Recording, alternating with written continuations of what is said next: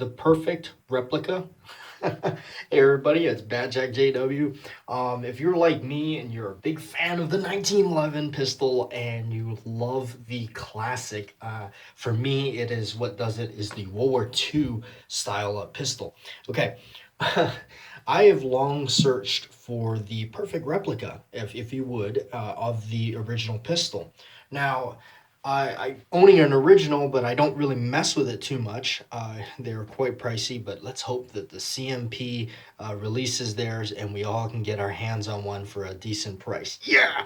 Okay, but for now, this is what I've got. Now the holster is a replica. I got it. I did age it, so I did kind of age the brass on it in there, and of course just having it for quite a while, and you can see the awesomeness of the green tarnish and stuff around the rivets and everything. Now I did do the aging myself with some gun blowing. Okay, all right, so if you guys been following the channel, this is the gun. This is the Inland. I went with the Inland here. I thought it looked pretty awesome and pretty close to the original. And really what I paid for, aside from if you were to look at this compared to, like, say, the Auto Ordnance, their World War II Parkerized replica, the really big difference here, I would say, is the roll marks. Inland did a good job on those roll marks. If you saw the other videos I did, you'll know what I was talking about. They even went as far as putting the 1911 A1 government right there, which is pretty cool. All right, so they did do the grips correct, the brown plastic grips. I messed with the color a little bit on mine to kind of get it close to the original. Now I kind of looked at the original one that I got and kind of went side to side a comparison. I did do a video on that. It will be, I'm just trying to get it together, but also I blued the barrel hood on it, so there were some things that I did on it to alter it to make it a little bit better. Now the other thing I did do, if you want to check out my other video, I did mess with the color of this thing, because when I got it, it was actually Parkerized black. If you look at the originals, they're not. They're it's not right to say they were all this color, and again, it's not right to say they were all black either.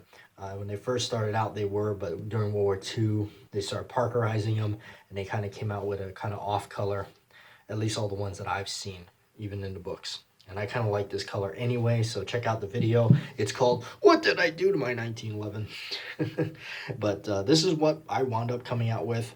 So the trigger should have been a short trigger. It's kind of a longer, medium-sized trigger. They did the arch mainspring housing, lanyard loop, nice, the correct type beaver tail, where they extended it for World War II instead of the shorter one like how they had in World War I, where it would actually give you some hammer bite. Speaking of hammer, I love the hammer on it. It's a wide spurred hammer. It is cast. You can see the casting mark, but that doesn't bother me so much. The thumb safety is correct. That small little, instead of the larger shelf on it with the serrations, it's checkered. Everything seems to work really good on it, even the grip safety. So sights are spot on to the correct type sights. Again, I'm really happy with it now that I've done it and everything like that. So I've talked about the story and me going around with Inland and everything about that. One thing, they did ship it out to me with some dogged up grip screws. Doesn't really bother me. I'm actually looking forward to this thing kind of getting a little scratched and worn to give it more of that authentic look. Again, that's what I'm going for as the World War II. Is it the perfect replica? No, but does it pretty much do a good job for the money? Yes, without having to go and buy one of Colt's awesome replicas, but they do cost a pretty penny, and they're almost just as much as the real thing. So anyway, like, share, and subscribe as always. Thanks for watching, and again, feel free, if you do wish to support me on Patreon, the link is in the description and the comments. It is greatly appreciated, and thank you for supporting the BATJAC J.W channel.